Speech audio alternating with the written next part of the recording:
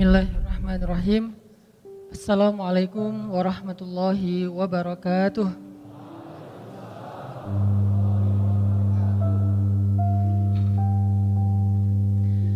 Alhamdulillahirabbil alamin. Nahmaduhu wa nasta'inuhu wa nastaghfiruh. Asyhadu an la ilaha illallah wahdahu la syarikalah. Wa asyhadu anna Muhammadan abduhu wa rasuluhu la nabiyya ba'dah. Radina billahi rabba wa bi Muhammadin nabiyya wa bil islami dina. Allahumma salli wa sallim wa barik ala sayyidina wa habibina wa maulana Muhammadin wa ala alihi wa sahbihi wa man tabi'ahu ila yaumiddin. Rabbi syrah li sadri wa yassir li amri wahlul 'uqdatan min lisani yafqahu qawli. Teman-teman yang dirahmati Allah Subhanahu wa taala, puji syukur kepada Allah Subhanahu wa taala atas nikmat yang Allah berikan kepada kita. Ada nikmat yang Allah kasih yang membuat kita langsung tersenyum. Ada nikmat yang Allah kasih tapi awalnya kita cemberut. Kemudian pada akhirnya baru kita tersenyum. Yang jelas, dalam pandangan orang yang beriman, apapun yang Allah Subhanahu wa taala takdirkan dalam hidupnya, itu adalah kebaikan bagi dia. Ajaban li amril mu'min. Betapa menakjubkannya orang yang beriman. Inna amrahu kulluhu khair. Sesungguhnya urusan dia, hidup dia, waktu dia, peristiwa yang dia alami, hari-hari dia, semuanya khair, semuanya kebaikan. Kalau dia diuji dengan satu dharra, satu musibah, maka dia bersabar, maka itu juga adalah kebaikan bagi dia. Kalau dia diberikan sebagai suatu sarra atau suatu kebaikan, suatu nikmat, maka dia bersyukur, maka itu juga kebaikan bagi dia. Dan itu tidak diperoleh kecuali hanya oleh orang-orang yang beriman. Sehingga salah satu cara kita mengukur iman kita sendiri, dan ini saya selalu menggarisbawahi dalam setiap kajian kita, bahwa ilmu yang kita peroleh selalu harus kita jadikan sebagai cermin, bukan kaca pembesar. Kalau kita jadikan ilmu sebagai cermin, setiap kali kita dapat satu ayat, satu hadis, satu nasihat dari ulama, satu booster, maka kita jadikan itu untuk menilai diri kita, apakah kita sudah menjadi lebih baik atau tidak. Sehingga hadis tadi tentang ajaban li amril mu'min, betapa menakjubkannya orang yang beriman, bisa jadi salah satu cermin buat kita semua. Cara kita menilai diri kita masing-masing. Apakah kita sudah menjadi mukmin? Ulaika humul mu'minuna haqqan. Apakah kita sudah menjadi orang mukmin yang benar? Ulaika humus shadiqun. Caranya adalah coba kita nilai diri kita saat kita diberi dua nikmat itu. Saat kita diberi dua kebaikan itu. Satu kebaikan yang dikenal dengan istilah dharra, ujian. Yang kedua kebaikan yang dikenal dengan istilah sarra, anugerah. Apakah dua kebaikan ini atau dua nikmat ini akhirnya membuat kita mendapatkan lebih banyak kebaikan atau justru mengurangi kebaikan dalam hidup kita? Kalau ketika Allah Subhanahu wa taala beri kita nikmat bentuknya sarra, terus dengan sarra itu bertambah manfaat kita untuk orang lain, berarti itu kebaikan. Apa sarra tadi? Nikmat. Kayak misalnya Allah nambahin kita rezeki. Dapat sebuah proyek atau kita dagang, kemudian untungnya ternyata di luar perkiraan kita lebih gede. Lalu dengan nikmat rezeki tambahan itu, fadl, akhirnya kita menjadi orang yang bisa bantu orang lebih banyak. Berarti nikmat itu adalah khair. Tapi kalau dengan nikmat rezeki yang bertambah, dapat proyek, makin kaya, makin besar omsetnya, makin sukses, makin bagus karirnya, justru membuat kita menjadi orang yang semakin berkurang porsi kebaikannya, jadi semakin sombong, jadi semakin lupa kepada Allah, jadi semakin sibuk, akhirnya mulai mengurangi jatah ke masjid, mulai mengurangi jatah tilawah, mulai mengurangi jatah untuk ketemu dengan anak-anak dan keluarga. Berarti itu tidak menjadi khair. Dan kalau tidak menjadi khair, apa menakjubnya? Apa yang menakjubkan dari orang itu? Padahal Nabi mengatakan, ajaban, sangat menakjubkan orang yang beriman. Siapa orang beriman? Salah satu ukurannya, kalau dia diberikan sarra, syakara, fakana khairallah. Kalau dia diberikan satu nikmat, dia bersyukur. Dan salah satu di antara makna bersyukur itu adalah berbagi dengan orang lain. Karena bersyukur hanya dengan mengatakan alhamdulillah itu belum utuh. Tapi itu sudah bagian dari syukur, cuman belum utuh. Dan terlalu mudah untuk melakukannya, sehingga bahkan orang yang tidak terlalu taat juga bisa melakukan itu. Sementara orang mukmin lahum darajatun 'inda rabbihim, punya tingkatan-tingkatan, dan pastinya kita pengen tingkatan yang lebih. Kita nggak mau berpuas diri dengan hanya tingkatan yang rendah saja. Kita pengen lebih baik daripada orang lain. Kita pengen mengungguli orang lain. Kita pengen dapat lebih banyak daripada orang lain. Sehingga mengatakan alhamdulillah saja belum sempurna, belum utuh. Masih ada bagian-bagian dari syukur lain yang perlu kita coba latih. Dan salah satunya adalah khairun nas anfa'uhum linnas. Sebaik-baik manusia yang paling banyak manfaatnya untuk orang lain. Sehingga kalau kita dapat nikmat, yang pertama kita pikirkan selain setelah kita bersyukur pada Allah dalam bentuk lisan, alhamdulillah rabbil alamin, hadza min fadli rabbi, dan bahasa-bahasa lain yang sangat banyak. Kemudian yang langsung kita pikirkan apa? Ini siapa yang bisa saya tolong nih? Gitu harusnya. Ketika kita dapat nikmat dalam bentuk harta, ketika kita dapat transfer, ketika kita dapat untung, ketika kita ngelihat angkanya gede banget, terus kita berpikir, alhamdulillahirabbil alamin. Terus apa yang setelah itu? Ini ke siapa ya saya kasih nih? Ini saya bantu siapa ya? Ini siapa yang membutuhkan ya? Ini baru orang keren banget nih. Sebelum kita mikirin, ini dipakai jalan-jalan kemana ya? Ini dipakai beli barang apa ya? Misalnya motor baru, motor klasik, mobil baru, atau apa segala macam. Mau di mobilnya mau di modis lagi, motornya mau di custom lagi, rumah mau di renov lagi. Sebelum kita mikir yang ini, walaupun ini boleh-boleh aja, saya nggak melarang orang untuk menikmati hidup. Karena Allah juga nggak melarang kita menikmati hidup. Yang dilarang kita mencintai hidup di dunia lebih daripada surga. Dan dunia juga nggak buruk. Allah sendiri mengatakan dunia itu dengan khair. Wa innahu lihubbil khairi lasyadid. Dan mereka mencintai terhadap dunia itu berlebihan. Dunia di dalam ayat ini diistilahkan dengan diksi khair, kebaikan. Sehingga kalau orang mengatakan dunia itu buruk, berarti dia hanya mengambil sebagian dari definisi dunia. Sementara masih banyak yang lain. Kita boleh custom motor kita. Saya juga dikit-dikit ngelakuin. Cuman budgetnya gak berani gede-gede. Terus yang kedua, kita boleh juga mau modif mobil kita. Misalnya bannya digedein. Terus warnanya dibikin doff biar sama dengan kulit. Terus apalagi misalnya di body kit biar makin gagah misalnya. Di wax biar makin kinclong. Terus kalau cewek joknya diganti pink semua, ungu semua, atau pelangi warna-warni, tergantung selera warnanya masing-masing. Kadang senengnya dengan warna ungu, dari lipstick sampai ke jok mobil ungu misalnya, nggak masalah. Nah ini apalagi kalau dia ngelakuin itu dengan cara yang pakai lipstick warna ungu terus pakai cadar kan lumayan ya. Gak ada yang tahu. Yang tahu siapa? Suaminya dong. Karena ternyata suaminya senang warna ungu. Cie. Bahaya.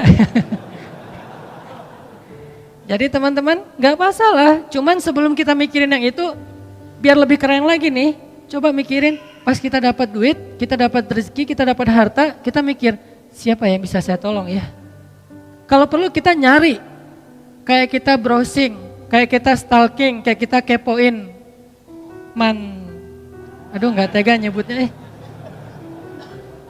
Coba kita kepoin stalking orang-orang yang membutuhkan. Sesemangat itu. Kan kadang-kadang kalau kepoin si dia yang di masa lalu tuh sampai jam 1 malam nyari semua. Dia nama akunnya apa sih? Kok nggak nemu ya? Terus nanya ke teman-teman nggak ada yang ngasih tahu. Cari sampai dapat, sampai hobinya, musik yang dia suka. Semuanya di stalkingin sampai nemu. Kalau udah nemu ternyata di lock akunnya. Pas di lock apa yang kita lakukan? Biar nggak ketahuan, balik lagi, bikin akun baru. Biar bisa minta request di follow. Karena kalau di lock terus kita nge-follow, kan dia ngelihat dulu, oh siapa, ternyata kita gitu. Namanya terlalu jelas, Hanan_Ataki gitu. Ya udah ganti, apa misalnya nama-nama yang gak jelas, supaya pas nge-follow dia gak tahu kalau itu kita dan postingannya 0. Pengalaman. Bukan pengalaman ngeliat mantan, pengalaman stalking. Nah, kalau kita bisa stalking orang lain, bisa stalking dia, mantan, segala macam, begitu semangatnya, kenapa kita nggak stalking yang lebih bermanfaat? Stalking orang-orang yang lagi membutuhkan. Kita bisa pakai hashtag, apa misalnya hashtagnya duafa, atau hashtagnya miskin, atau hashtagnya berobat, atau hashtagnya share, hashtagnya care, atau apapun hashtag kan dari hashtag ketahuan ya. Atau kanker Indonesia, ketahuan tuh kasus-kasus kanker di Indonesia, di seluruh Indonesia, atau kelaparan, atau apalah biaya pendidikan. Kita stalking, kita nyari. Terus di antara sekian banyak postingan, kita pilih yang paling mudah deh buat kita, yang paling dekat dengan jarak kita. Akhirnya ketika kita dapat nikmat, yang pertama kita pikirin, ini ngasih siapa ya? Ini baru keren nih. Ini baru namanya sarro, nikmat yang Allah kasih, syakaro, dia bersyukur, fakana khairallah, dan itu menjadi kebaikan untuk dia. Itu baru ajaban. Ajaban itu kalau bahasa kita menakjubkan, bahasa lainnya tuh keren banget. Ajaban li amril mu'min, keren banget orang yang beriman tuh. Emang keren. Dengan syarat apa? Gimana caranya orang beriman itu keren? Ajaban. Nabi juga pakai bahasa kayak bahasa kita gitu. Oh ajib banget ya. Kan ajaban itu terjemahannya jadi kayak ajib gitu. Walaupun gak diterjemahan sih. Diserap bukan diterjemahin. Kalau diterjemahin keren. Ajaban li amril mu'min. Keren banget urusan orang beriman tuh. Atau keren banget hidup orang yang beriman tuh. Keren banget perilaku orang yang beriman itu. Keren banget sikap orang yang beriman. Pokoknya orang beriman keren. Gimana caranya? Salah satunya adalah kalau dia mendapatkan sarro, satu nikmat, syakaro fakana khairallah. Dan bentuk syukurnya adalah dia mikir, mau bantu siapa dengan nikmat ini? Mau ngasih ke siapa nikmat ini? Mau berbagi dengan siapa nikmat ini? Mungkin kalau kita nggak mau stalking di IG atau di sosial media, karena kita emang gampang sebenarnya menemukan orang-orang yang butuh kan? Lebih gampang mencari orang yang bisa kita tolong daripada nyari-nyari kesalahan orang lain. Nyari kesalahan orang itu susah loh. Udah dapat rugi. Kenapa? Begitu kita dapat kesalahan orang lain kita share, maka kita mengambil dosa dari kesalahan itu untuk kita tanggung. Capek banget sih ngambil dosa ya. Kita cari mana kesalahan orang. Oh ini ada nih. Kita ambil, lalu kita buka aibnya, kita share, berarti kita sudah menanggung kesalahan itu. Kalau kita simpan, kita nggak ikut menanggung. Kalau kita kasih tahu ke orangnya supaya dia memperbaiki diri, maka kita dapat pahala dan dia juga kalau memperbaiki diri dapat pahala. Tapi kalau kita share, dia udah habis dosanya, kita yang nanggung dosa dia, kan rugi tuh. Daripada capek-capek kayak gitu, mending kita nyari, stalking, kepo, siapa sih yang bisa kita tolong. Dan itu lebih gampang. Kalau kita nemu, belum nemu aja udah dapat pahala, baru niat aja udah dapat. Begitu kita dapat nikmat, aduh pengen nolong siapa ya? Siapa yang punya punya niat, punya keinginan kepada kebaikan. Lalu dia tidak jadi melakukannya atau belum melakukannya, dia sudah mendapatkan pahala dari niat. Wa innama likulli imri'in ma nawa. Jadi teman-teman, niat itu luar biasa seperti yang kita bahas dalam 2 pertemuan terakhir. Keren banget, niat pengen bantu orang aja, ini belum bantu nih, baru niat. Siapa ya yang bisa saya bantu nih? Udah, wa innama likulli imri'in ma nawa. Udah dapat kayak pahala ngebantu orang tersebut. Nyari, proses mencari itu juga pahala. Karena berjalan, kalau dulu mungkin nyarinya dengan berjalan. jalan ke rumah tetangga, jalan ke rumah di ujung kota, jalan ke rumah beda kabilah, pokoknya jalan. Kalau dulu jalan, kalau sekarang nyarinya dengan kita stalking, kita cari di internet, kita nelpon, kita baca di grup WA segala macam. Yang jelas ada effort buat nyari. Proses mencari itu juga bagian dari kebaikan. Mencari doang, belum nemu. Terus kalau udah nemu, ketemu, oh ternyata ada tetangga yang butuh, ternyata ada teman yang butuh, ternyata ada temannya teman yang butuh, ternyata ada temannya teman-teman butuh. Terserah deh dari mana asal usulnya, ketika nemu lalu kita datengin, kita share, kita care kepada dia, maka kita kata Nabi, ajaban li amrul mu'min, itu baru mukmin yang keren. Itu baru mukmin yang keren. Kenapa? Syakara, dia bersyukur dengan cara berbagi, dengan cara berbuat kebaikan. Laisal birra an tuwallu wujuhakum qibalal masyriqi wal maghrib. Kebaikan itu bukanlah memperdebatkan mana yang paling tepat antara timur dan barat. Kan ayatnya kayak gitu kan? Kebaikan laisal bir an tuwallu wujuhakum qibalal masyriqi wal maghrib, untuk memperdebatkan arah kalian beribadah ke timur atau ke barat dalam konteks perdebatan orang Yahudi terhadap kiblatnya kaum muslimin. Tapi tafsirnya luas, bukan memperdebatkan sesuatu yang sama-sama baik. Orang Yahudi beribadah itu kebaikan sebelum mereka menyelewengkan agamanya, orang muslim beribadah itu juga kebaikan. Ngapain diadu-adu di antara dua agama yang sama-sama berasal dari para anbiya? Justru albir, kebaikan itu adalah salah satunya adalah berinfak, menolong orang yang membutuhkan, orang yang jadi korban perang. Ayat itu jelas korban perang salah satunya. Kemudian orang yang musafir atau orang-orang yang kalau dulu namanya musafir atau ibnu sabil, orang yang di jalan. Kalau sekarang orang yang homeless. Karena orang yang musafir sekarang mungkin gak serumit, gak sesulit dulu kan. Kalau dulu musafir, orang yang ibnu sabil itu yang di tengah perjalanan emang benar-benar sulit. Pertama, gak semua orang kaya musafir, bukan orang kaya doang yang musafir, orang miskin juga musafir dulu karena nomaden. Atau dia ikut rombongan tapi dia kekurangan harta. Kalau sekarang musafir itu identik malah dengan orang yang mampu, traveling, trip, touring, kan udah punya bekal ya. Berarti terjemahan dari Ibnu Sabil itu salah satunya adalah homeless. Terjemahan konteks dan realitas. Orang-orang yang tidak punya tempat tinggal. Apakah di kota kita ada? Banyak teman-teman. Baru aja kemarin salah satu teman-teman dari Karang Taruna di Kota Bandung, di wilayah tertentu di Kota Bandung, karena kebenaran kolaborasi dengan rumah teduh yang di istri saya kelola, itu nemu seorang bapak yang homeless, yang beliau tinggal tidurnya di trotoar dan beliau punya penyakit yang cukup parah. Akhirnya dibawa ke rumah sakit sama Karang Taruna, kolaborasi sama kita. Terus berobat dengan dokter, udah sembuh, sekarang balik lagi ke wilayahnya. Cuman di wilayah itu beliau karena nggak punya lagi keluarga, nggak ada yang berani nyewain atau ngekosin beliau. Karena dianggap dulu mungkin punya cerita yang kurang baik di wilayah itu. Akhirnya warga di situ agak kurang menerima. Kita carikan nih siapa yang mau menerima beliau untuk kos-kosan di situ. Nah ini adalah bagian dari albir. Ini yang perlu kita pikirkan ketika kita dapat nikmat.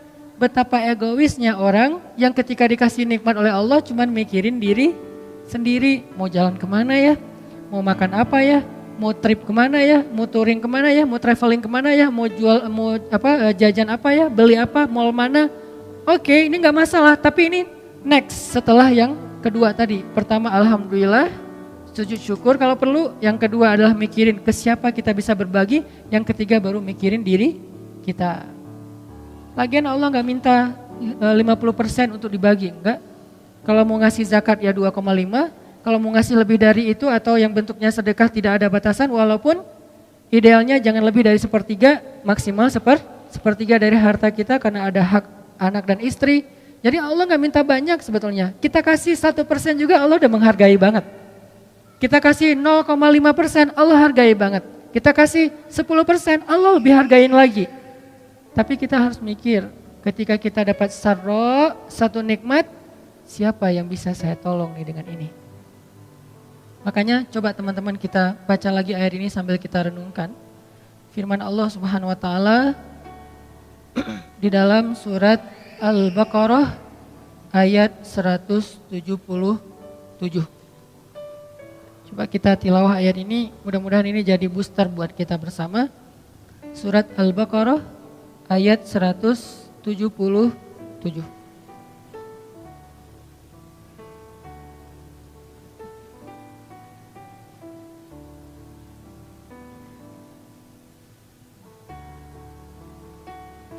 A'udzu billahi minasy syaithanir rajim. Silahkan.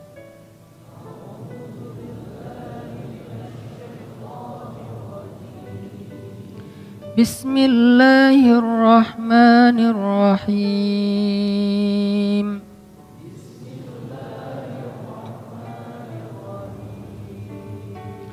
Laisal birra an tuwallu wujuhakum qibalal masyriqi wal maghrib.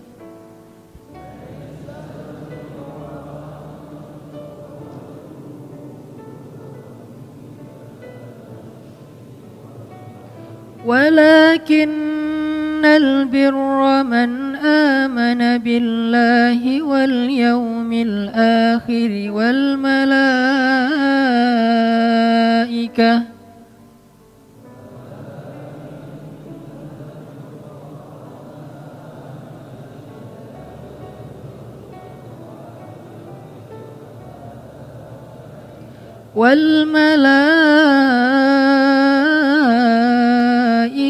والكتاب والنبيين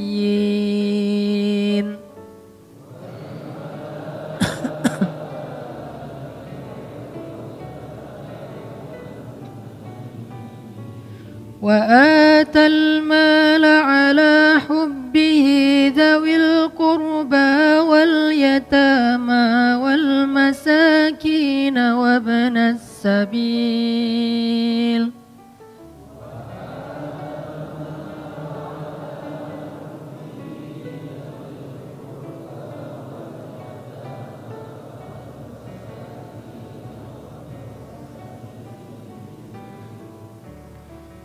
والسائلين وفي الرقاب وأقام الصلاة وآتى الزكاة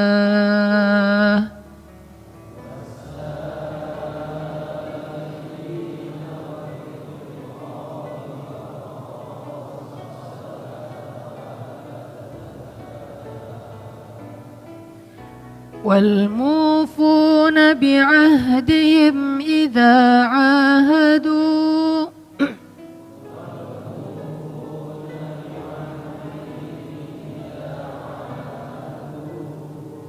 والصابرين في البأساء والضراء وحين البأس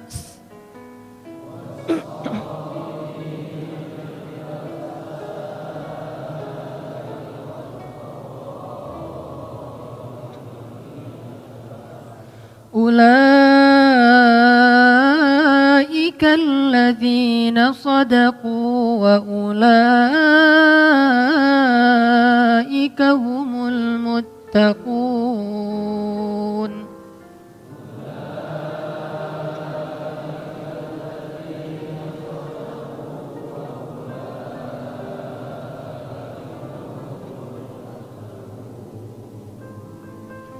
Bukanlah kebaikan hanya sekedar tentang menghadapkan wajahmu ke arah timur dan ke arah barat. Tetapi kebaikan itu adalah orang yang beriman kepada Allah, kepada hari akhir, kepada malaikat-malaikat, kitab-kitab, Alkitab, nabi-nabi, dan orang-orang yang memberikan infaknya atau bantuannya kepada kerabat yang dicintainya, anak yatim, orang miskin, orang-orang yang dalam perjalanan, para peminta atau bukan peminta-minta ya, orang yang meminta bantuan, karena peminta-minta dalam Islam sesuatu yang tidak baik. Tapi wasailin, orang yang meminta bantuan karena memang terdesak. Kalau peminta-minta, dia kadang bukan karena terdesak, tetapi itulah profesinya. Dan dalam beberapa hadis Nabi melarang kita untuk meminta-minta. Dan untuk memerdekakan hamba sahaya, melaksanakan sholat, menunaikan zakat, orang-orang yang menepati janji apabila berjanji, dan orang-orang yang sabar dalam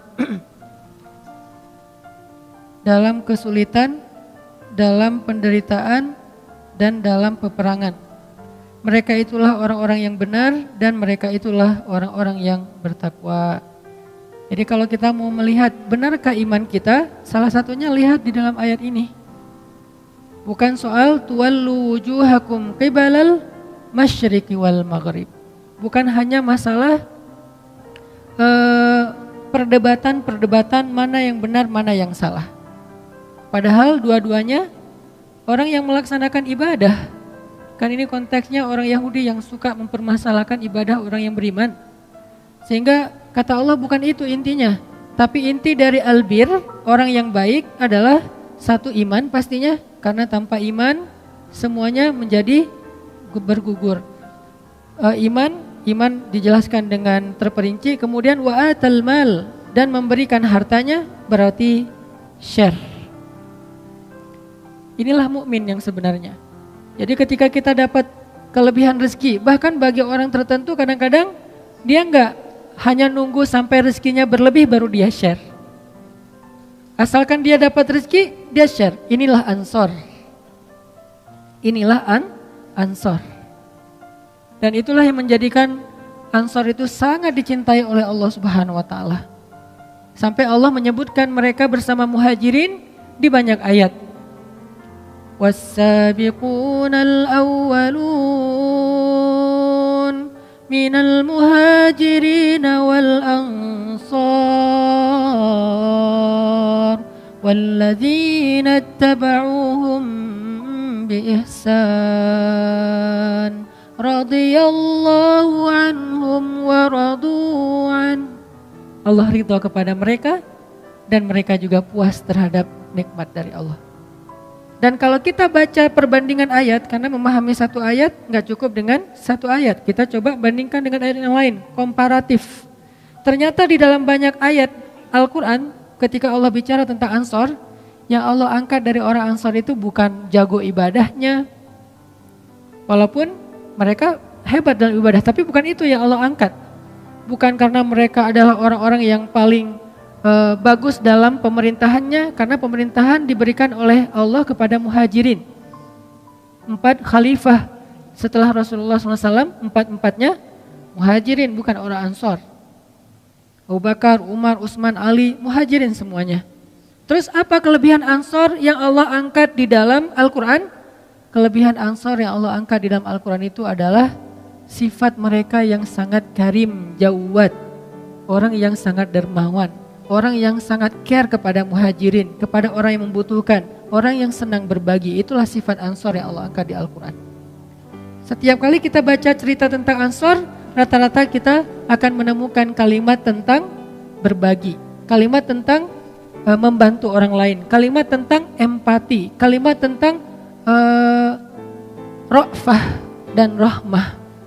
Gak mau ganggu muhajirin, dan pengen banget memudahkan urusan-urusan muhajirin. Itulah Ansor.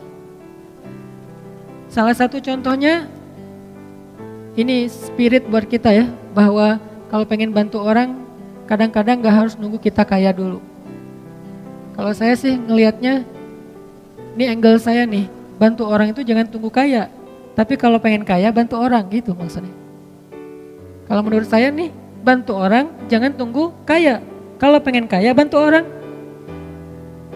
Caranya gimana? Ketika kita nggak punya, bantu aja orang.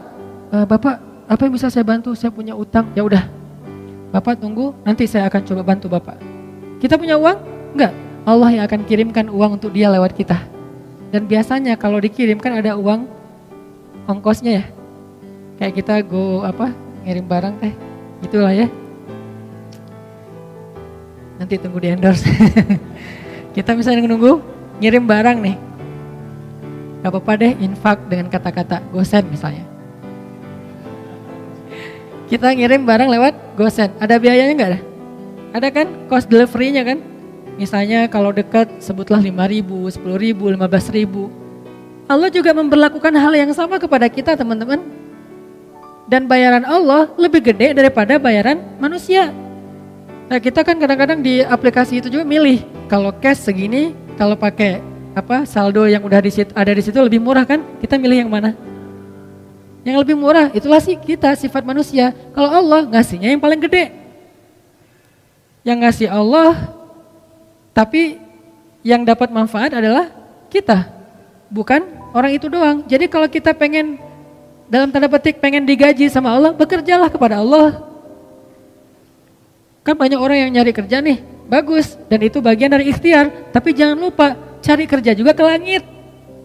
Cara cari kerja ke langit, carilah hamba-hamba yang disayang oleh langit. Siapa? Yang sakit, kan disayang banget sama yang langit, dari langitnya. Orang yang miskin, kan disayang sama langit. Orang yang anak yatim, disayangkan sama langit. Carilah kerja ke langit dengan cara apa? Nyari orang-orang yang disayang sama langit. Lalu kita datengin, saya nggak punya modal Ustadz. Kan kita lagi nyari kerja, kalau udah ada modal nggak usah nyari kerja. Kalau udah ada duit nggak usah nyari kerja, karena nggak punya duit kita cari kerja. Ke Allah nyarinya. Nemuin orang miskin, ya udah saya bantu Pak. Uangnya dari mana? Dari Allah. Ya Allah, ini ada hambamu, saya pengen bantu dia. Tolong saya ya Allah. Akhirnya kita kumpulin teman-teman, yuk kita bikin funding. Yuk kita apa? Ini ada ini. Kadang-kadang kita cuma penghubung doang, kita nggak punya apa-apa loh. Akhirnya Allah kirimkan dan ternyata Allah ngekasih kita kos, biaya, gaji. Dalam bahasa Al-Quran itu disebut dengan ajrun. Ajrun itu kalau bahasa terjemahnya itu bukan pahala, upah. Kos itu upah. Insya Allah nanti kita lanjutkan setelah sholat isya tentang kebaikan dengan cara yang seperti ini insya Allah. Baik, bismillahirrahmanirrahim. Teman-teman sekalian, kita langsung lanjutkan karena mungkin malam ini maksimal kita punya waktu sampai jam 8.15. Karena nanti setelah ini juga ada majelis ilmu yang lebih luar biasa lagi. Karena setelah ini akan ada halaqah majelis ilmu bersama guru kita Buya Yahya. Yang insya Allah ilmunya jauh lebih dalam dan akan lebih bermanfaat buat kita semuanya. Jadi buat teman-teman semuanya yang pengen habis kajian ini mengikuti kajian halaqahnya Gurunda Buya Yahya, silakan nanti mungkin stage-nya ada di depan ya, bukan di sini ya, di ruangan yang satu lagi. Oke, kita lanjutkan kajian kita. Tadi kita sampai di pembahasan bekerja kepada Allah. Jadi angle saya ngelihatnya kalau kita pengen bantu orang, jangan hanya nunggu pas kita mampu. Pas kita punya rezeki lebih. Walaupun kaidah agamanya kayak gitu. Kan dalam Islam itu ada syariat, nanti di atasnya ada ihsan ya. Kalau syariatnya kita nggak boleh berinfak lebih daripada misalnya sepertiga harta kita tanpa seizin keluarga. Tapi Abu Bakar berinfak seluruh hartanya. Umar berinfak setengah hartanya. Kok melebihi standar syariat? Ya karena keluarga Abu Bakar, keluarga Umar, bukan hanya beliau berdua tapi juga keluarganya, istrinya, anak-anaknya, semuanya derajatnya tuh udah wafa. Derajatnya udah muhsin, orang-orang yang berihsan. Sehingga mereka melakukan sesuatu lebih daripada standar umum yang dilakukan orang lain. Nah, saya ngelihat ternyata menurut saya tuh kalau kita pengen bantu orang, jangan nunggu punya kemampuan. Kalau kita pengen nolong orang, jangan nunggu kita dikasih rezeki yang lebih. Tapi sebaliknya, kalau kita pengen dapat rezeki yang lebih, tolong orang. Kalau kita pengen dimampukan, bantu orang. Kalau kita pengen diselesaikan urusan kita, selesaikan urusan orang. Jangan tunggu, gua beresin dulu urusan gua, ntar baru nolong yang lain. Enggak, kebalik. Kalau kita pengen urusan kita cepat beres, cepat diselesain sama Allah, cepat ditolong, cepat dikasih keajaiban, surprise segala macam, ya udah tolong orang dulu. Walaupun kita dalam kondisi susah, justru itu kesempatan buat kita. Karena hadisnya jelas, Nabi SAW mengatakan, "Maka nafi hajati akhi, kana Allahu fi hajati." Siapa yang menyelesaikan hajat saudaranya, atau sibuk mengurus hajat saudaranya, Allah juga akan sibuk mengurus hajat dia. Lebih canggih mana nih? Kita nyelesain masalah kita sendiri atau Allah yang nyelesain masalah kita? Allah yang nyelesain masalah kita. Jadi biar Allah yang beresin masalah kita, tugas kita adalah beresin masalah orang lain. Kayak gitu kaidahnya, dan itu bukan hanya hadis motivasi. Saya menjadikan semua ayat dan hadis yang saya tahu itu sebagai konsep berpikir, bukan sekedar hadis motivasi. Baca hadis kemudian memotivasi, ayo tolong orang lain, tapi jadikan itu konsep berpikir. Apa bentuk konsep berpikirnya? Begitu kita punya masalah, nyari orang yang juga sama punya masalah. Lo punya masalah enggak? Enggak ada. Kok enggak sih? Cari. Lo punya masalah enggak? Siapa yang punya masalah tolong DM saya. Siapa yang punya masalah tolong WA saya. Siapa yang punya masalah tolong japri saya. Akhirnya berudul banyak banget kan yang datang, saya punya masalah, pilih salah satunya yang kita mampu. Kadang-kadang yang kita tolong itu bukan yang paling darurat, bukan yang paling besar, bukan yang paling sulit, tapi yang paling mungkin kita lakukan. Ini hal yang wajar, jadi kita nggak boleh juga menjudge orang lain, lo kerjaannya bantu yang kecil-kecil, yang receh-receh. Ya siapa tahu dia yang receh tapi ikhlas, dan kita yang mungkin istimewa banget nggak sanggup jaga keikhlasan kita kan. Kayak cerita bab ikhlas kemarin, ada 2 orang beramal, yang satu sholatnya standar, yaitu sholat wajib doang. Yang satu lagi plus qobliyah, ba'diyah, duha, tahajud. Mana lebih baik? Yang plus dong, wajib plus sunnah, lebih baik yang plus.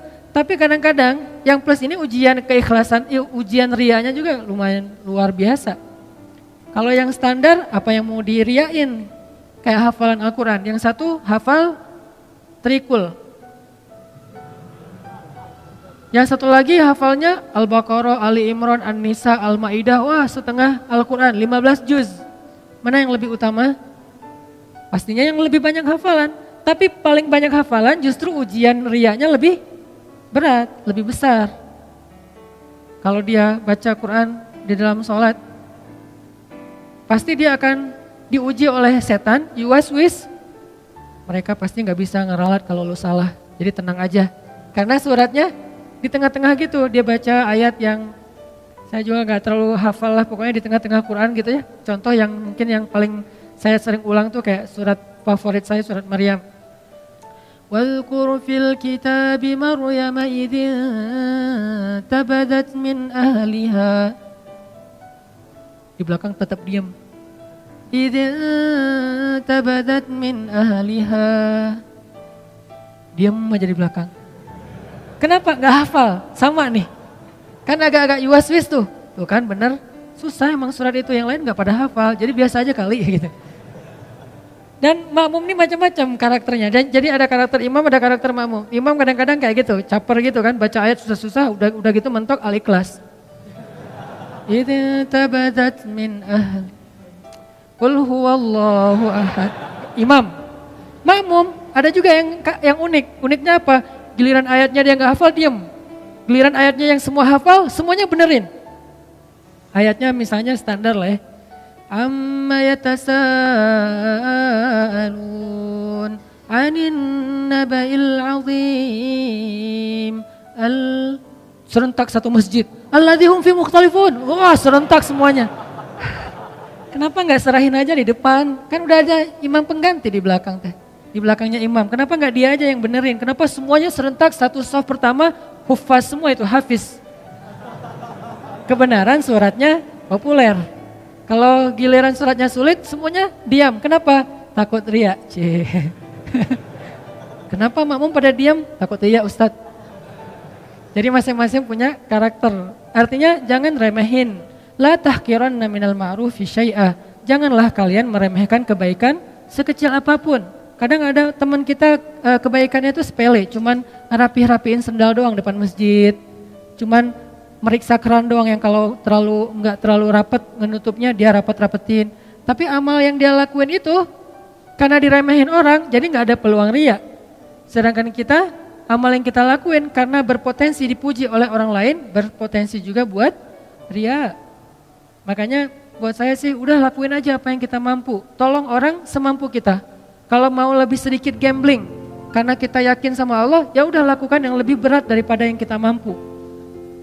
Sesekali coba kayak gitu. Kalau buat saya tuh kayak akidah challenge. Kan sekarang orang challenge-nya macam-macam ya. Ada yang kalau yang di YouTube ada yang ngeprank temennya lah. Apalagi yang terbaru, keluar dari mobil terus joget-joget gitu. Gak ngerti juga maksudnya apa gitu.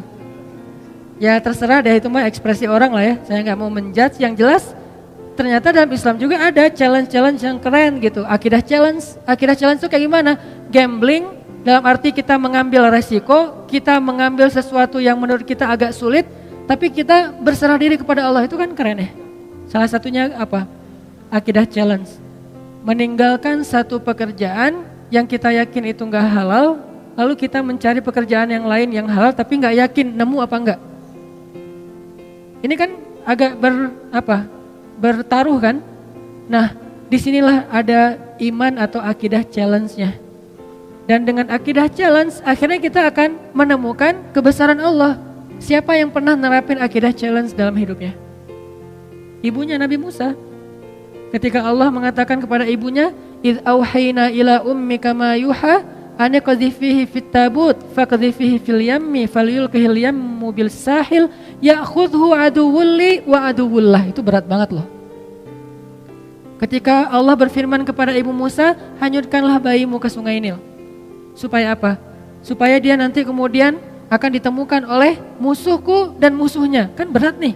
Ya Allah disuruh hanyutkan, malah bukan diselamatkan, malah ditemukan oleh musuhnya. Ini akidah challenge, ini iman challenge banget buat ibunya Musa. Dan kata Allah, "La takhafi, jangan takut. Inna radduhu ilaiki wa ja'iluhu minal mursalin." Kami pasti akan kembalikan dia kepadamu. Akhirnya dihanyutkan oleh ibu Musa. Lalu Allah Subhanahu wa taala singkat cerita mengundang kembali ibu Musa ke istana untuk menyusui bayinya yang sedang kehausan di istana. Akhirnya kembalilah bertemu antara Musa dengan ibundanya, bahkan dengan keluarga besarnya. Ini namanya akidah challenge menurut saya nih. Atau Musa juga pernah akidah challenge kayak gitu ketika Allah bertanya dan Allah Maha tahu jawabannya. "Wa ma tilka biyaminika ya Musa?" Apa yang di tangan kananmu wahai Musa? Kenapa Allah nanya? Padahal Allah tahu jawabannya. Tidak semua pertanyaan di dalam Al-Quran artinya karena nggak tahu. Ada pertanyaan karena nggak tahu, ada pertanyaan karena nguji, ada pertanyaan karena ingin menegaskan berita. Dan ini pertanyaan Allah ingin menegaskan berita bahwa itu tongkat, bukan ular. Sehingga Allah nanya, "Wa ma tilka biyaminika ya Musa?" Apa yang di tangan kananmu Musa? Musa yang ngomong, Musa yang bicara. Qala hiya 'asaya atawakka'u 'alaiha wa ahushu biha 'ala ghanami wa liya fiha ma'aribu ukhra. Ini adalah tongkat ya Allah. Siapa yang ngomong? Musa. Artinya itu benar-benar tongkat, bukan doktrin. Allah enggak mengatakan Musa itu tongkat ya. Ya Allah enggak. Allah nanya, "Apa itu Musa?" Kata Musa, "Tongkat." Berarti kamu yang bilang tongkat ya, bukan aku gitu, bukan Allah. Akhirnya aku pakai untuk hiking. Atawakka'u 'alaiha. Untuk apa itu? Untuk naik gunung. Apa istilah kita? Ya mudah-mudahan tidak ada yang mempermasalahkan. Hiking. Karena itu memang benar kayak gitu kan. Untuk hiking, kalau di zaman kita kayak trekking gitu kan ya, istilah-istilah kita kan ya, untuk naik gunung pakai tongkat. Wa husyu biha 'ala ghanami. Saya pakai untuk menggembalakan ternak-ternak. Waliya fiha ma'aribu ukhra, dan beberapa fungsi yang lain lah. Terus kata Allah, "Alqiha ya Musa." Coba kamu lempar wahai Musa. Fa'alqaha fa idza hiya hayyatun tas'a. Lalu tiba-tiba ketika Musa melemparnya, dia menjadi ular yang merayap-rayap. Kemudian Allah kasih challenge buat Musa. Apa challenge-nya? Khuzha. Coba kamu ambil Musa. Ini challenge buat Musa. Biar Musa makin yakin sama Allah. Dikasih ujian dulu.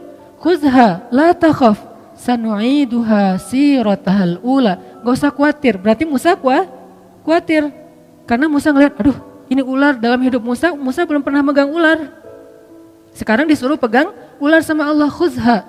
Pegang ular. Dan ini bukan ular biasa yang ditemukan di hutan. Ular bahasa kita jadi-jadian. Kan lebih ngeri ya. Kalau ular biasa, kita juga jarang megang, gak pernah megang, malah kecuali di kebun binatang, itu juga didampingin pawangnya. Ini nggak masalah nih nggak masalah. Oh ya udah. Begitu dia agak-agak ularnya iseng dikit, Pak, ini kenapa nih heboh gitu, panik gitu, agak-agak norak gitu kan ya. Megang ular di kebun binatang norak, gimana di hutan gitu. Jadi jangan meremehkan Musa yang khawatir. Kenapa Musa khawatir? Wajar. Pertama, itu ular liar yang bukan di kebun binatang, nggak ada pawangnya. Kedua, itu ular bukan dari semak-semak, dari tongkat. Kan aneh. Kalau dari semak-semak, ular biasa mungkin Musa nggak takut karena Musa seorang laki-laki yang perkasa. Tapi ini ular dari tongkat. Jadi kalau kita mau pakai nalar, kenapa Musa takut sama ular gituan doang? Karena ularnya bukan ular yang biasa, tapi ular yang berubah dari tongkat. Jadi kayak jadi-jadian gitu. Waduh, ini ular dari tongkat jadi ular. Gimana megangnya ntar kalau ada apa-apa gimana? Musa khawatir. Kata Allah, la takhaf. Jangan khawatir. Sanu'iduha siratahal ula. Ntar kami balikin lagi kepada bentuk aslinya. Ini akidah challenge buat Musa. Kalau bahasa teman-teman yang ngajinya mungkin lebih lebih dalam, istilahnya rububiyah, uluhiyah, asma, sifat dan seterusnya. Kita menerjemahkan, bukan mengubah istilah, akidah challenge. Dipegang sama Musa dikit, langsung berubah lagi menjadi tongkat. Maka bertambahlah iman Musa. Bertambahlah, arti bertambah iman apa? Bertambah percaya sama Allah, bertambah yakin sama Allah. Nanti kalau dikasih challenge yang lain, udah sanggup. Challenge berikutnya apa? Challenge berikutnya adalah idhab ila Fir'aun innahu tagha. Pergilah kepada Fir'aun, dia itu jahat banget. Itulah challenge yang lebih berat daripada megang ular. Tapi Allah kasih challenge yang kecil dulu biar Musanya makin yakin. Ini artinya teman-teman, kadang-kadang ketika kita ngambil sebuah pilihan yang sulit, kita agak sedikit gambling dalam hidup kita, tapi bersandar kepada perintah Allah, larangan Allah, kehendak Allah, apa yang Allah mau, syariat Allah. Di situ kita belajar iman, termasuk nolong orang lain. Sehingga kata Nabi, man kana fi hajati akhi, kana Allahu fi hajati. Siapa yang sibuk ngurus hajat saudaranya, Allah juga akan sibuk ngurus hajat dia. Termasuk nanti banyak sekali hadis-hadis yang lain yang senada atau semakna dengan ini. Ini artinya angle-nya buat saya, kalau kita punya masalah, tolong orang yang punya masalah. Baru Allah tolong kita. Kalau kita pengen ditambahin rezeki, tolong orang dalam menyelesaikan masalah keuangan dia atau harta dan seterusnya. Jadi bekerjalah kepada Allah. Paling gampang tuh nyari kerja ke Allah loh. Nyari kerja ke perusahaan, belum tentu diterima. Kalau ke Allah diterima enggak? Pasti diterima, Allah gak pernah nolak. Orang yang pengen bekerja kepada Allah artinya pengen beramal, Allah gak pernah nolak. Kenapa saya mengistilahkan bekerja? Dan Allah juga mengistilahkannya kayak gitu, berdagang. Ya ayyuhalladzina amanu hal adullukum ala tijarah. Mau gak aku tawarin kalian satu tijarah, satu bisnis, satu perdagangan, satu kerjaan, satu project kalau bahasa kita. Berarti kadang kita berdagang dengan Allah, bertransaksi dengan Allah. Gimana bertransaksi dengan Allah? May yuqridullaha qardan hasanan. Siapa yang meminjamkan kepada Allah pinjaman yang baik, nanti Allah balas berlipat ganda. Bukankah itu transaksi? Baik, jual beli yang tidak akan mungkin rugi. Banyak lagi ayat-ayat yang lain yang bahasa analoginya adalah bahasa dagang atau bisnis. Jadi kalau mau dapat kerjaan yang paling gampang, tapi bayarannya itu bukan UMR, berapa ribu kali lipat UMR, dan kerjanya itu mulia banget. Kita bukan cuma dapat upah, tapi juga kita dapat kehormatan. Bekerjalah kepada Allah, itu paling luar biasa, gampang banget. Kerjanya apa? Saya nggak punya kemampuan apa-apa, saya nggak punya kapasitas, saya nggak punya keahlian. Keahlian yang dibutuhkan itu bukan punya sesuatu, enggak. Apapun yang ada dalam diri kita yang kita bisa lakukan untuk bantu orang lain, itu keahlian. Sekedar mungkin sekedar repost, sekedar ngajak teman, sekedar, bukankah kita bisa ngelakuin banyak hal untuk bisa membantu orang lain? Kalau kita nggak punya uang, kita nggak usah ngasih uang, kita ajak orang yang punya uang untuk memberi uang kepada dia. Kita jadi mediator. Bekerjalah kepada Allah, pasti diterima sama Allah. Terus diupahin sama Allah, ya, karena dalam bahasa Al-Quran Allah mengistilahkannya dengan jaza, dengan ajrun. Jaza artinya apa? Balasan. Ajrun, upah, pahala. Sama kan? balasan, upah, pahala itu semuanya sama. Berarti kalau kita pengen dapat kerjaan nih paling gampang kerja aja sama Allah. Jadi udah gak ada lagi pengangguran di muka bumi ini kalau dia yakin kepada Allah. Tinggal kita, ya Allah saya nih lagi bawa, dalam analogi kita nih lagi bawa map. Ngapain? Cari kerja. Ke siapa? Ke langit. Caranya kita datangin orang miskin. Caranya datangin anak yatim. Caranya datangin orang-orang yang membutuhkan. Kalau zaman Nabi dulu Rasulullah SAW itu Khadijah bilang Rasulullah itu adalah laki-laki yang yang mengayomi anak yatim, orang miskin, orang tua, janda-janda yang ditinggalkan wali-walinya. Nabi yang menafkahi mereka. Sehingga inilah bentuk dari ekspresi syukur kita kepada Allah Subhanahu wa taala. Coba kita ingat dulu, siapa yang bisa saya bantu? Siapa yang bisa? Jadi analoginya adalah cara berpikirnya adalah kalau kita pengen ditolong oleh Allah, tolong orang lain. Kalau kita pengen dikasih rezeki oleh Allah, kasih rezeki untuk orang lain. Dan Allah pasti akan ngasih kita upah lebih gede daripada semua upah yang pernah diberikan oleh manusia. Jadi seorang kurir, jadilah kurir langit. Gimana menjadi kurir langit? Cari orang yang lagi pesen, lagi order rezeki, lagi order bayar hutang, lagi order berobat, kan dia lagi order tuh. Cara ngordernya gimana? Ya angkat kedua tangannya.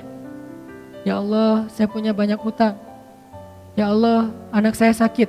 Ya Allah, ya Allah, ya Allah. Mereka kan lagi order kebaikan kan ke langit. Nah, kadang-kadang Allah mengetuk kita untuk jadi kurir Allah. Kayak tadi misalnya saya lagi ngeliat gitu di history gitu muncul, karena ada muka saya di situ ya saya klik gitu ya. Kok ada muka saya di sini? Kayaknya banyak banget muka saya akhir-akhir ini gitu. Saya klik nih, alhamdulillah gitu ya. Saya klik, apaan sih ini, kepo gitu kan. Oh ternyata lagi ada perdebatan kecil tuh antara pro dan kontra. Saya baca komennya satu-satu kan.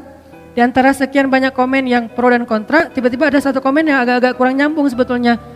Ada yang komen, anak saya butuh uang untuk belajar, untuk beli buku diktat sekolah dan gak punya biaya. Kenapa tiba-tiba Allah takdirkan saya ngeklik itu, terus saya ngelihat komennya? Karena Allah lagi ngasih saya kesempatan jadi kurir kan gitu kan. Di antara sekian komen ini aja yang saya fokus. Saya langsung DM orangnya, Pak, Bapak di mana? Ternyata di NTB, di Lombok. Bapak butuh apa? Saya hanya butuh biaya untuk buku anak saya. Masya Allah nih orang luar biasa ya. Enggak mengatakan saya butuh uang sekian, enggak. Hanya untuk biaya buku. Artinya saya misalnya kalau saya mau saya akan bayar ke sekolahnya, anaknya dapat buku, enggak akan saya kasih uang biar manfaatnya lebih jelas gitu. Kecil sih, tapi kan kenapa Allah takdirkan tiba-tiba saya baca postingan itu, saya lihat komen-komennya, mungkin cara Allah ngegelitik saya itu lewat penasaran, pengen tahu ada kehebohan apa, terus nemu di antara sekian kan banyak tuh, ada ratusan, baca satu-satu, kadang senyum, kadang kayak cemberut gitu, apaan sih nih, satu-satu, ada yang unik nih, gak nyambung komennya, anak saya butuh biaya sekolah, langsung saya coba DM, dan ini sering terjadi dalam hidup kita teman-teman. Jadi gak perlu kita cari juga, Allah yang kayak ngorder ke kita, orang tuh ngorder, Allah nge-link kayak sistem startup ya. Jadi kayak social respon gitu, dia ngorder, terus kita kayak driver yang lagi dekat sama lokasi itu, tiba-tiba masuk ke kita, kayak notifnya, udah kita tinggal mau apa enggak ngambilnya nih. Kalau kita pikir, aduh jauh banget nih, kan saya sering mesen mie Aceh ya, di Buah Batu, tapi tinggal Cihanjuang. Udah diambil ternyata pas tahu Cimahi ditolak lagi. Aduh kecewa banget nih ditolak. Tapi masih mending lah daripada ditolak mantan masih. Cuman sampai berkali-kali ditolak gara-gara ngordernya di Cimahi, barangnya ada di Buah Batu, kan orangnya males. Padahal insya Allah pasti saya akan ngasih lebih, saya tahu lah jauh banget, kasihan kalau cuman sekian ribu, kadang-kadang cuma 30.000 ya udah digenapin 31.000 misalnya. Ganjil nggak genap. Maksudnya ditambahin lah 1.000 ongkos capek misalnya. Nah ini kadang-kadang kita pikir aduh jauh banget. Kita mau klik gak sih? Allah nggak lagi ngirim nih. Ada yang order terus muncul notif di kita. Ini analogi lewat digital startup kayak gitu. Ada notif ke kita mau diambil nggak nih? Begitu kita klik, kita ambil, maka Allah Subhanahu wa taala langsung transfer balasannya, upahnya, pahalanya ke saldo kita. Dan Allah kalau transfer biaya kurirnya itu lebih gede daripada semua biaya kurir yang pernah ada di muka bumi. Gede banget Allah ngasihnya. Kan berarti gampang kan cari kerjaan? Cari aja kerja ke langit. Dan Allah sering banget ngasih notif ke kita, tinggal kita ambil apa enggak. Nah ini artinya ternyata cara kita pengen kaya, pengen sukses, pengen bahagia, pengen ditolong tuh bukan nunggu beres urusan kita baru nolong orang lain. Tapi nolong orang lain supaya beres urusan kita. Termasuk dalam lingkup negara. Ini mudah-mudahan jadi pola pikir, konsep berpikir bangsa Indonesia. Bukan hanya konsep berpikir kita dalam majelis ilmu, tapi konsep berpikir pemerintah, konsep berpikirnya kita sebagai da'i, dan konsep berpikir bangsa Indonesia. Apa? Jangan tunggu bangsa ini menjadi negara yang maju baru nolongin Rohingya. Baru nolongin Palestina, baru nolongin Irak, Turkistan. Mungkin sebagian kita belum pernah dengar tentang Turkistan. Padahal Turkistan ini kondisinya sama parah di daerah Cina. Mereka Muslim Uighur yang kondisinya luar biasa, kezaliman terhadap mereka. Baru nolong Suriah, baru nolong Yaman yang kelaparan sekarang. Enggak, nolongin mereka nanti Allah akan tolong Indonesia. Itu caranya. Jadi kalau kita pengen bangsa ini ditolong oleh Allah, masalah-masalah perekonomian kita, masalah politik kita dengan hiruk pikuk, masalah apalagi sekarang 2019 sebentar lagi, itu akan ditolong oleh Allah. Caranya sederhana, tolong dulu tetangga kita. Sehingga gak ada lagi istilah, udah di Indonesia dulu aja. Di Indonesia juga kita kerjain, tapi bukan berarti tunggu ini beres baru ke sana. Enggak, kenapa gak simultan aja sekalian? Bukankah kita juga mampu? Sama kayak analogi tadi, ketika anak kita sakit, anak tetangga sakit, terus kita gak akan bantu tetangga sebelum anak kita sembuh. Salah, bantu juga anak tetangga, walaupun kita bagi porsinya. Jangan juga anak sakit, tetangga sakit, terus ke tetangga anak kita biarin aja sampai, enggak gitu-gitu amat juga sih. Itu enggak realistis lah, terlalu naif. Kan kata Ustadz juga harus bantu tetangga dulu, ntar Allah yang akan bantu anak kita. Ya kalau iman istri kita kuat, kalau enggak akan dibukain pintu ntar semalaman. Kan bahaya. Ngapain sih ke tetangga? Ada siapa sih di situ? Enggak ada siapa-siapa. Oh ya, Buya udah datang. Jadi teman-teman sesederhana itu. Jadi dalam lingkup pribadi, dalam lingkup keluarga, bahkan dalam lingkup bangsa. Sehingga kalau kita pengen bangsa Indonesia ini ditolong oleh Allah Subhanahu Wa Taala, ayo kita sama-sama menolong saudara-saudara kita yang membutuhkan semampu kita. Nanti Allah akan turunkan banyak sekali pertolongan dan kebaikan untuk bangsa ini. Ini belum selesai, insya Allah nanti akan kita lanjutkan pada pertemuan yang akan datang. Dan saya secara pribadi mengucapkan jazakumullahu khairan jaza kepada semua teman-teman yang mensupport saya ketika diuji oleh Allah Subhanahu Wa Taala. Sebetulnya ini ujian kecil sekali, tapi buat orang seperti saya yang lemah, ini menjadi ujian yang agak berat. Tapi karena support dari para asatiz, dari para guru, dari para da'i, daripada teman-teman, akhirnya alhamdulillah ujian ini kemudian berbuah banyak kebaikan. Kebaikan persaudaraan, gara-gara adegan ini akhirnya semakin hangat persaudaraan di antara para ustadz. Kemudian lewat adegan ini semakin kuat ukhuwah kita, dan yang alhamdulillah luar biasa lewat adegan ini akhirnya Allah kasih kejutan buat saya secara pribadi, untuk keluarga saya juga.